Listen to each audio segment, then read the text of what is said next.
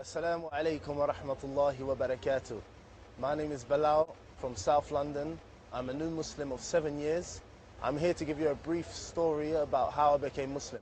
I would first like to start off with letting you know how my life was before Islam. Before Islam, I never had any limits. I used to live life as I liked and nafsi nafsi. I would follow my own desires and live a life as I liked. I'd done anything I pleased and I didn't know the difference between right and wrong. So, as a youngster, I've always believed in one God. My mother's always told me that there's one God and this God should be worshipped. I followed my mum in this statement that she told me, and I've always believed in this God, and I've turned to this God, prayed to this God, and tried to communicate with this God. What ended up happening was I ended up seeking a way of life, trying to seek a way, a path, find the right way. So I would turn to this God and ask this God for help, and ask this God for guidance and support and anything that I needed within life. After time, I grew up and I ended up playing football semi-professionally. I played as a semi-professional footballer, going on to being a professional football player. I never quite made it professionally, but I travelled, done a little bit of travelling, and saw different ways of life. At school, I had a friend. He was Moroccan. He used to tell me about Islam. He wasn't really practicing his religion, but we were very close friends. And he used to tell me about Islam every now and then. He used to tell me about the hadith of the Prophet ﷺ. He used to tell me about Quranic ayahs. And he used to tell me about the way in which the Muslims would live their lives. At first, I was a bit hesitant. I never used to take to everything he used to tell me. But after time, I realized that what he was saying had some form of truth towards it. At this time, I was looking at many different religions. I was looking into Christianity and the different forms of Christianity that they have. I never really looked into Judaism, Buddhism, and so on and of the likes. So basically, he would tell me, and we would, my close friend, he would tell me and give me advice, and we would talk about Islam. And I always believed that Islam was a religion that they worshipped many gods. I didn't understand about Islam. I didn't know anything about Islam, which is quite strange because there was a lot of Muslims in my school. And a lot of Muslims were around me, but I couldn't tell the difference between a Muslim, a Hindu, a Sikh, because I believed that they were all the same. I believed that they all worshipped different gods and many different gods, and I believed it was a religion only for Arabs and Asians and of the likes. I didn't believe that Islam was a religion that was open for everyone. So after time, he would give me hadith, and one in particular conversation that we had was about the covering of women. The covering of women, and I asked him, why is it that your women cover like this? He informed me and told me that the women, they cover. Why? Because women are important to us in Islam. Our wives, our sisters, our daughters. He gave me an example. He said, look, if you have something important in Islam, you hide it. Just like if you have money. You don't let everyone know the income that you make. You don't let everyone know the wealth that you're making. You don't show people the money that you have. You hide it away. You put it into a safe and you lock it up. You keep it away from the people. So he explained to me that the women are more important than money.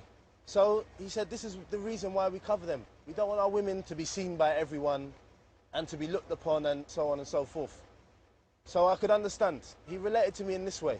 And many different conversations that we had regarding Islam. And then one of the main things that he told me was, which was a surprise to me, he told me about Muslims. He said that they submit to God. And I said, okay, this is what all the religions do. And I said, so what is special about Islam? He said to me that Muslims, we submit, we're the only religion of today that submit to one God alone. We're the only religion that worship only one God. And I looked into Christianity, and one of the concepts that I couldn't agree with was the Trinity, was the worshipping of the three gods. So when he told me that this is the case with Islam, automatically my heart, it sunk. And it drew me towards Islam. I ended, after this point, because I was always looking, I've always been a person that believes in one God. Of no religion, but of one God. Okay? And I saw this as a door opening for me. So I inquired more. I looked into Islam further. The further I went, the realer I saw that Islam was.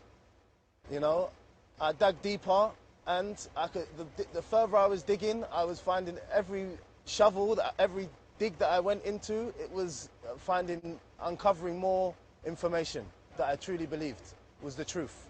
And what happened, he told me that we only worship one God and that Muhammad is the last and final messenger. I said to him, why is it that Muhammad is the last and final messenger? Why? Why wasn't Jesus or Moses the last messenger? He said to me that basically explained that of the last major religions, Judaism, that God sent down Moses to guide the people aright and to tell them about worshipping him alone and to grant them the 10 Commandments. And the people at that time, they were following the right way. And what happened was, after time when Moses went, they went astray. So God sent down Jesus. Jesus to guide the people aright. And the word of Jesus was correct at this time. And it's upon the people now to follow the Jesus. And what happened after when Jesus went, the people, they went astray again. And it was upon, while Jesus was alive, it was upon the Jews to follow who? Jesus. So now, some of them followed Jesus and some of them, they stayed as a Jew. Okay? And then, after Jesus went, God sent down the last messenger. And I said, okay, so why was he the last messenger? He said that he was the last messenger because it's a seal of the faith of worshipping one God. It's a seal.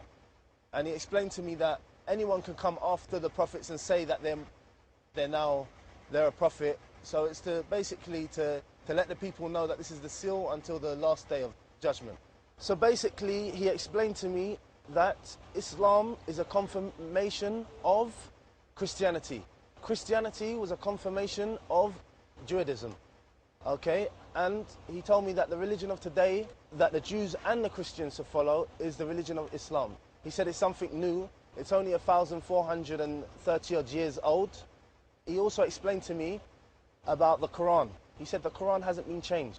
One of the reasons what swayed me away from Christianity was that I didn't know where to look. I looked here and I saw differences within each. I picked up every Bible I picked up was different. So I got very confused. Everyone that I asked questions to, they brought a different question forward.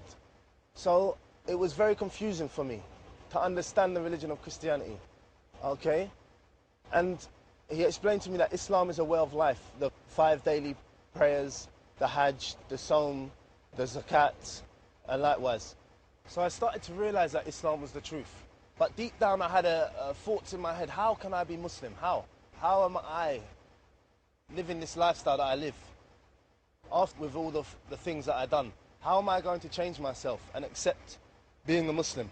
It's too much, the fasting, it's too much giving the money, it's too much the prayer and all that comes with Islam. I couldn't appreciate what it was. I said to myself, for me, yes, I started to believe that Islam was the truth, but it took me time to realize. So I started to believe that Islam was the truth, but it was too hard for me to take into concept the 5 daily prayers, the Hajj and what comes along with Islam. So I ended up agreeing with Islam, but yet not being able to make that step to Islam. My friend, he invited me around his house many times, and I got to see how his family and how the Muslims, how they live at home. He would invite me around for food, we would eat together, and then Ramadan came around. Ramadan came and we would sit down and he would invite me around for food. After Ramadan, his family, they invited me to visit their home in Morocco. Before I went to Morocco, I accepted the invitation, but before I went to Morocco, a surprise happened to me. All of a sudden, my brother, he became Muslim, my elder brother. Me and my elder brother, we're very close. He became Muslim and I was surprised. Why is it that you became Muslim? I used to ask him questions. Why? And at the time, a lot of people from South London became Muslim. A lot of people are still becoming Muslim, especially from the youth. So a lot of people from South London became Muslim, especially from the youth of South London. What ended up happening was, me and my brother, like I said, we were close, but after a few months, we ended up separating. We wasn't as close as we used to be. My brother now wanted to lead a life of Islam. He wanted to do good. He wanted to eat halal. He stopped eating pork. He changed his company. And I saw a big change in the way that my brother, he lived his life. And, you know, this made a big impact on me. He also was invited to Morocco. So we went to Morocco, me, my brother, and my Moroccan friends. We done a road trip. We stopped off in a few places on the way. We ended up getting to Morocco, and subhanallah, my first time in a Muslim land. I saw how the Muslims, the Moroccans, how they live their lives. And you would see poor people eating on the street. Yet I would have money in my pocket, and they would offer me to come and sit down with them. Ta'al, come eat with me, come eat with me. And I couldn't understand this. Why would you tell me to come eat with you when you're poor and you don't have any money? You know, this hit me. When I heard the adhan for the call for prayer, I was very inquisitive. I used to ask questions about the way that the people are. Why do they do this? I went to slaughter my first chicken. I didn't understand about it, but I still went and done it. I lived, you know, in Morocco for a short period of time, but I saw how the Muslims were and the etiquettes and the kindness that they have. So I saw how the Muslims lived, and I saw the characteristics of the Muslims in the Muslim land. You know, this is a big eye-opener, not only for Islam, but for life experiences. It opened my eyes to a lot of things. I used to think I lived in hardship, and I realized after this trip, that no, I wasn't actually in hardship. I lived a life of ease, living in London, you know. So what happened one night in Morocco, we went to a wedding. Moroccan weddings are very extravagant. We ended up getting home around about 3 o'clock in the morning. We arrived back to my friend's house. We got to the house and we realized that the doors were all locked. So we asked ourselves, how are we going to enter the house without anyone waking up? My Moroccan friend Saeed, he was hesitant to knock the door. So we said, what should we do? We sat down, we spoke, and all of a sudden we heard the adhan for the call for Fajr, for the call for Fajr prayer. My brother's Muslim, I was the only non-Muslim at the time. They said that we want to go to the masjid to pray. I said, well, first I contemplated, and then I said, okay, I will come, khalas, let me come with you guys. So I went to the mosque for the first time. This is my first time to go into the mosque. I went to the mosque, he showed me how to make wudu. I said I will follow, he told me to follow his actions in the prayer. So we started to pray, and then I heard everyone say Amin, which was such a big surprise to me. After the prayer had finished, I got up, and we all got up to leave, and we saw my friend's dad in the masjid. I've never seen such a smile on his face, seeing all of his son's friends in the masjid for Fajr. He couldn't believe his eyes. So Morocco was definitely an experience for me. I ended up going back to London, and now I ended up in the company of a lot of Muslims. At the time I wasn't Muslim, so I would ask a lot more questions, but there was still something holding me back. And to this day I believe that it was Shaitan whispering at me, telling me, you know, don't take the step, don't leap forward to actually declaring the Shahada and becoming Muslim. This time period was for some time. I ended up going to the mosque and praying in the mosque, praying my salah in the masjid. But at this time I still wasn't Muslim. There was a Ramadan that came around. I ended up fasting the whole month of Ramadan. And yet, the benefit that I received afterwards, you know, I felt a lot better after the Ramadan, but I said to myself, it was still taking me, I didn't have the strength to take in my Shahada. What ended up happening was, I was in the masjid one day, and I finished praying my salah. Okay? I finished praying, and I sat down in the corner of the masjid, and one of my old school friends, he came to me, and he said, you're Muslim, mashallah, mashallah. Wow, he was surprised, and I said to him, I didn't want to let him down, but I did. I said to him, you know, that I'm not Muslim. I'm not Muslim. He said, why are you in the mosque? Why did you just pray with us? He couldn't understand. So I explained to him, you know, I like to pray, I like to worship, but, you know, Islam is a bit too hard for me. So he asked me, why? Why is it that you're in the mosque?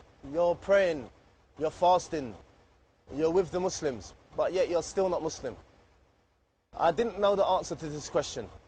I didn't know the answer. So the only thing that I could think of was the enormous gap that the enormous leap that I would take to becoming Muslim, the life change. And I was scared of this, and this is one of the reasons, this is why I explained to him. So he was quite blunt with me. He explained to me, you're worshipping Allah, you're worshipping one God. yet you don't want to follow the sunnah of the Prophet sallallahu alaihi wasallam. He said, you're doing all this fasting, all this praying, and all these good things that you are doing, but yet you are not getting no reward for it. He said, you're not Muslim, you're not getting reward. The reward that you're not encompassing reward.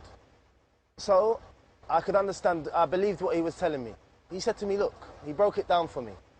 He said, if you leave this masjid now, if you leave the masjid, okay, and you die, yeah, and we can die at any time. This is something that is, you know, it's ma'ruf, it's known. We can die at any time. And I understood this at the time. He said, if you leave the masjid, what will happen is, if you die a non-Muslim, you will not have the chance to go to paradise. You won't have the chance to go in paradise. And this really took me back. He then went on to explain that if I was to take my shahada now, and I was to leave this masjid, and something happened to me, anything was to happen, I was to pass away. He said, the likelihood that you would be going to paradise. Because as you take your shahada, you become free of sin. And the angels start writing your good deeds down, and your bad deeds. So there and then, I declared my shahada. I ended up taking my shahada in Croydon Masjid. The brothers, they hugged me, they greeted me, and this is another reason why I became Muslim, because of the brotherhood in Islam.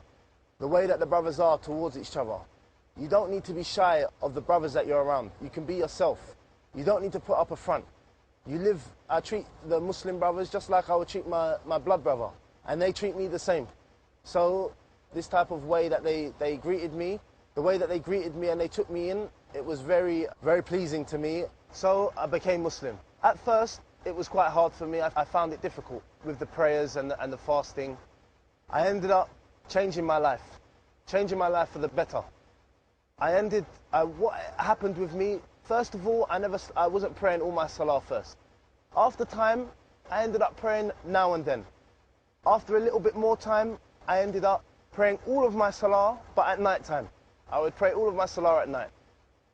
And then after time, as knowledge came to me, I realized that this wasn't correct, and I ended up praying my salah on time and eating halal meat. But slowly, I ended up implementing this into my life. My friends, they changed. You know, they didn't understand where and what I was up to. However, I tried to invite people, my close friends, to Islam. Some of them accepted, some of them, to this day, are not Muslim. Inshallah, Allah guides them. And after time, what happened, I started to realize what life is about. So what happened now, I started making changes in my life. And I started to realize what was right and what was wrong. Before, I never had no concept of the halal and haram. I never understood what to do and how to live life. Now that I'm Muslim, I have a clear understanding of the way to live my life and what is good and what is wrong. Not to say that I'm perfect, I still fall into sin and error, yet I know that I'm sinning, and I know that I can make tawbah for my sins, and I can run to what is good. How did it feel? How did it feel for me? For me, before I was Islam, I can only explain to you like this. Imagine yourself in a room, a dark room, a room where there is no light, no doors. You're walking around lost. You have weight on your shoulders, and this weight is getting heavier and heavier, and you're trying to find your way out. This is how I was before I was Muslim. And becoming Muslim, all of a sudden, Allah, He lets a light come into this room. So now you know where the exit is to this room. And you run towards this light. The weight is falling off of your shoulders, and you're slowly getting towards the light. Okay? And Allah guides you out of the dark into the light. This is the way that I can explain how it felt for me.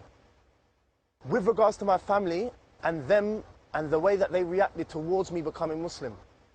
My mother, she's not Muslim. Inshallah, Allah guides her to Islam. My mother's a beautiful woman, and she's raised all of us, and Allah guide her. She's very supportive of me. At first, she was like, what is this? She believed it was only a phase for me. She believed I was only going to be doing this for maybe a few weeks, a few months. Me and my brother, you know, we became close again. We started to pray together. His knowledge succeeded mine, so he would give me advice in certain areas, and we would pray together and so on and so forth. My mother, she saw a change in both of us. She knew it was for the better, but at the same time, as she believes in one God, we spoke to her about Islam daily. But we realized that we were putting too much pressure on my mother. So we said, khalas, we will talk to her every now and then and let her see in our actions and the way that we are now and the way that we've changed our lives and bring our families and, and our friends and introduce my mother to new people. My younger sister, she, after maybe a year of me becoming Muslim, wallah, subhanallah, what happened to me one day, I came back from work. My sister, she walked through the door wearing a hijab. And I nearly burst into tears. I said, what is this? She said, I'm Muslim now, subhanallah. And at this time, I rushed and gave her a hug. My brother was happy. My mum, she was a bit optimistic at the time. She was happy for us. Now she's happily married with kids and we're all happy living life, mashallah. Inshallah, I have one more sister. She's still not Muslim. She's very close to becoming Muslim. And I pray that my mother and my sister, they become Muslim, inshallah. And my brief message to the Muslims that are listening is that, we're here, Allah's guided us to Islam. Be it a revert to Islam or be it born and raised as a Muslim. We have to live life and try and strive to be good Muslims.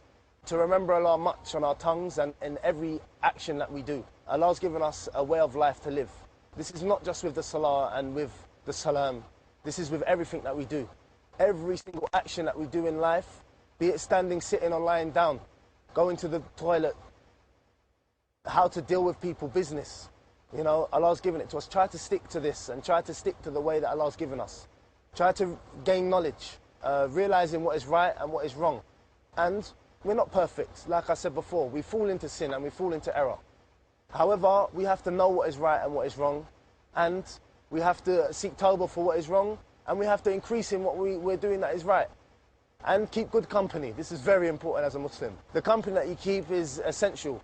You will follow the company that you keep. We're currently in Saudi Arabia, Arafat. As you can see, I'm in Ihram, performing the Hajj. Today is Yawm al-Arafat, the day of Arafat. And this day Allah will, inshallah, answer the du'as of the Muslims.